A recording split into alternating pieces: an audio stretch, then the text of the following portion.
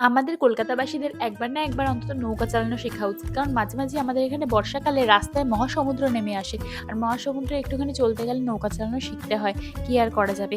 এইসব নদী, নালা, মহাসমুদ্র পেরিয়ে আজকে আমি একটা নতুন এক্সপেরিয়েন্স করতে চলে গেছিলাম ফ্লোরেন্স ফোর সাইড গড়িয়াহাটে। এটা একটা বিশাল সুন্দর কমপ্লেক্স। ভেতরটা দেখেই জাস্ট প্রেমে পড়ে যাচ্ছিলাম যে এত সুন্দর কমপ্লেক্স। হ্যাঁ, গেছিলাম আগে অনেক কমপ্লেক্সে, কিন্তু এরকম সুন্দরটা দেখিনি। আর এইটা হচ্ছে আমাদের এক্সিবিশন হল, যেটা ওই কমপ্লেক্সেরই কমিউনিটি হলে হয়েছিল। কমিউনিটি হলের শেপটাও কিন্তু জাস্ট সুন্দর ছিল, খুবই সুন্দর ছিল।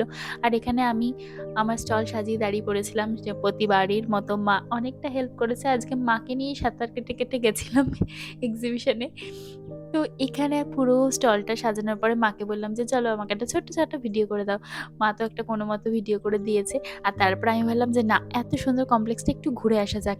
আর ওপর থেকেই দেখতে পেলাম কি সুন্দর ঝর্ণার একটা স্পেস করা আছে, আর তার পাশেই আছে সুইমিং পুল। ভাবলাম যাই, সুইমিং পুলে নামতে না পারি অন্তত দেখে তো আসি গিয়ে। আর এই টলটলে জল দেখে বর্ষাকালেও মনে হচ্ছে যাই একটুখানি পাটা তো ডুবিয়ে আসি অন্তত। আর এখন মনে হচ্ছিল যে কি, যে আমার বাড়িতে একটা যদি এরকম সুইমিং পুল হতো না, ব্যাস ওখানেই বসে থাকতাম সবসময়।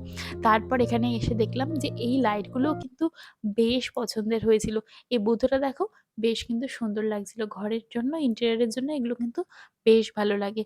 একটু সুন্দর করে সাজালে যারা পছন্দ করে তাদের জন্য কিন্তু এগুলো বেস্ট।